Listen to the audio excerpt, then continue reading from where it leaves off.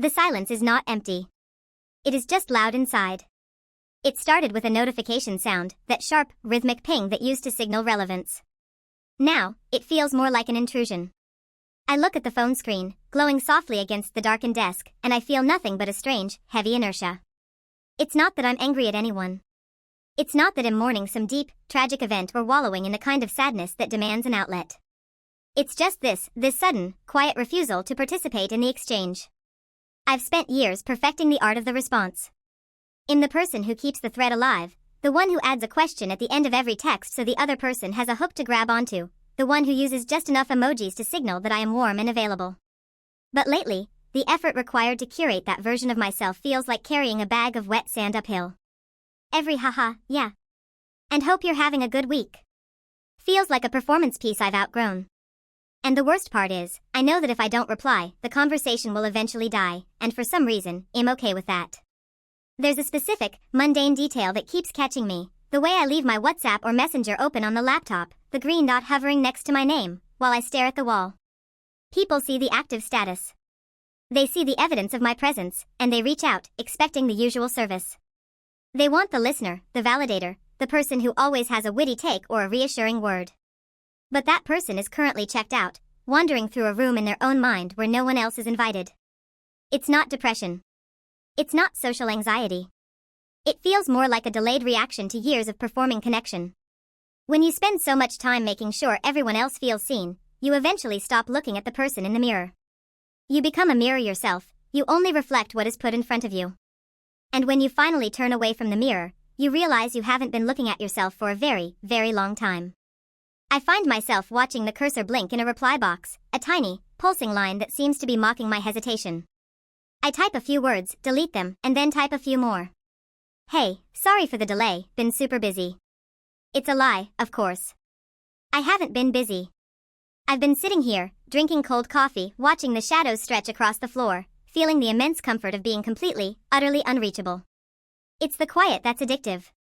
The realization that the world keeps spinning even if I don't provide my daily input. The sun rises, the emails get sent, the memes are shared, and none of it requires my validation to exist. For a long time, I think I was terrified of that. I was afraid that if I stopped contributing to the noise, I would cease to exist in the minds of others. But now, the silence feels less like a void and more like a necessary boundary. It's a way of reclaiming the internal space that has been overcrowded by the emotional demands of acquaintances, distant friends, and the general pressure to be on. The irony is that this state is incredibly lonely, yet I don't want to be found. I don't want someone to ask, "Are you okay? You seem quiet."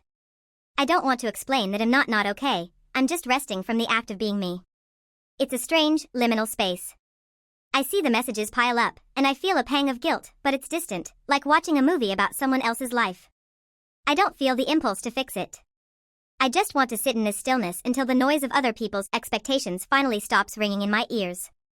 I think about the last time I actually said what I meant, without filtering it through the lens of, will this make them like me? Or will this make me seem well-adjusted? It's been a while.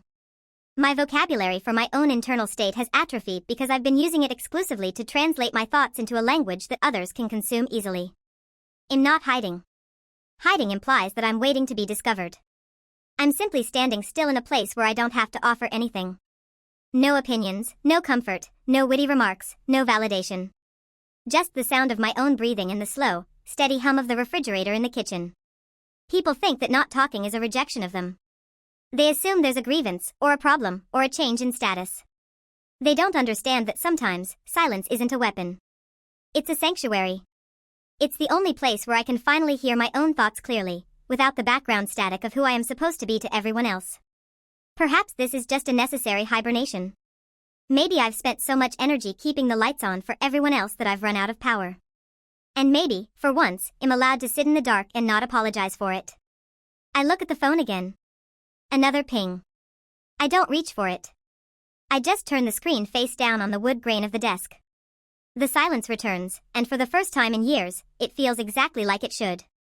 No expectations, no performance, no active status. Just me, finally catching up with myself.